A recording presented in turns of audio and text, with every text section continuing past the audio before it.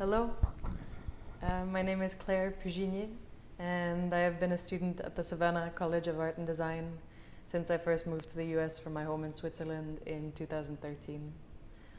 What was once upon a time supposed to be my degree in sculpture has, over the last 4 years, turned into majors in industrial design, user experience design, and a minor in graphic design. And now what exactly that's supposed to make me is a question I'm struggling with now at the end of my studies more than ever before. And so instead of trying to come up with a concise answer for you here today, I hope you will allow me to tell you a short story instead. So this is the story of Lilou and how she didn't know which door to choose until she had opened all of them.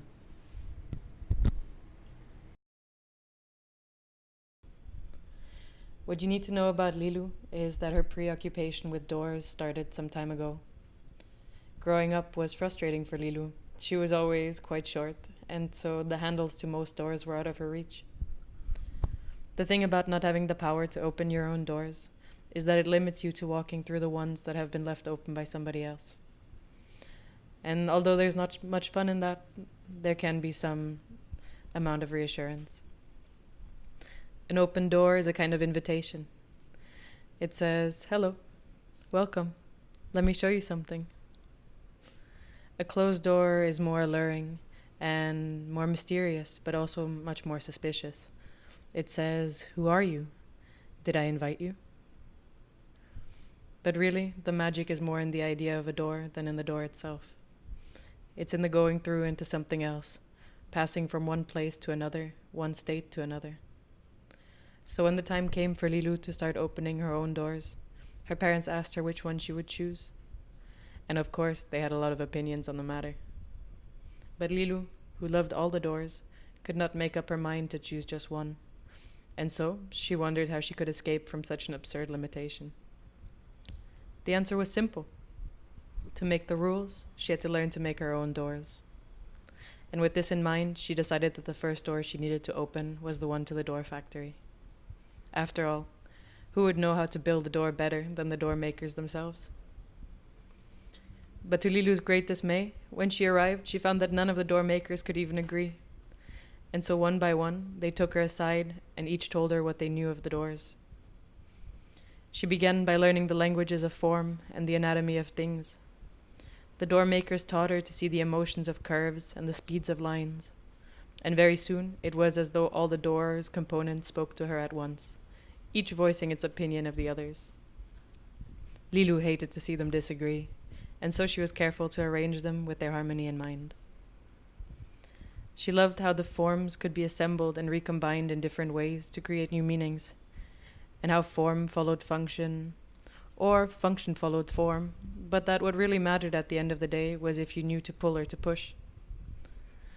She discovered that some forms could be created without ever having to create them at all, and that for every door that had been made, 1,000 more had been imagined.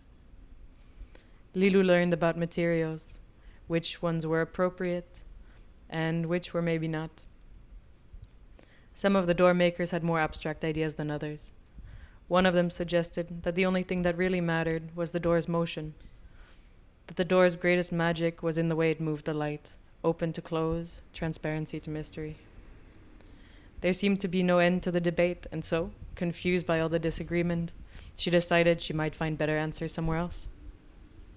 She had heard of another door in the factory, behind which worked the wise and elusive handle makers. The handle makers had the great responsibility of creating the rules by which the doors operated, and for determining which doors belonged to which humans.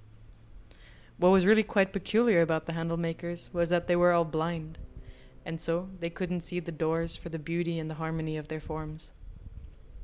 All they knew of the doors was what other people told them, and based on this they shaped the handles and their configurations. So of course, they had a lot of questions when Lilou stepped in. Did you know how to handle this handle before you handled it? Could you guess by the handle where the door would lead you? What would you change about this handle if it had been made just for you? Handle after handle was handed to her, and soon she began to notice how truly different they really were, and that each contained a message of its own.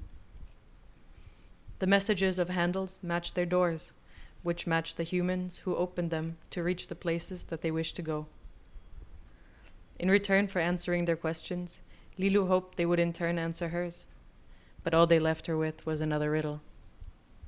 They told her she would never truly understand her door and the handle that matched it until she had understood and empathized with every person destined to pass through it. These handle makers, they're all crazy too, she thought.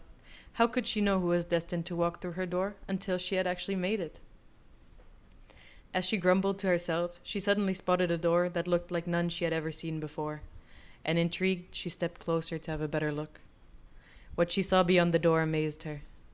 Colors, shapes, spaces, sizes, values, textures, lines. Lilu reached for the handle to open the door a little wider, but found that she couldn't grasp it at all. The door and its handle did not obey the laws of dimensions, and so, although it was possible to admire it from the outside, all depth was an illusion. If the handle makers had been disorientating, then this was just too much. With all these ideas echoing around, how could anybody ever come to any reasonable conclusions? If the truth about the doors was always changing, then perhaps change was the door's only truth. It was in this moment that Lilu realized that there was really only one thing she wanted from her door, and that was that it be a door that would lead her to all of the others, allowing her to change indefinitely. This is the last time I saw Lilu, and I hope that she will have it in her to build her door before the factory closes. Thank you very much for listening.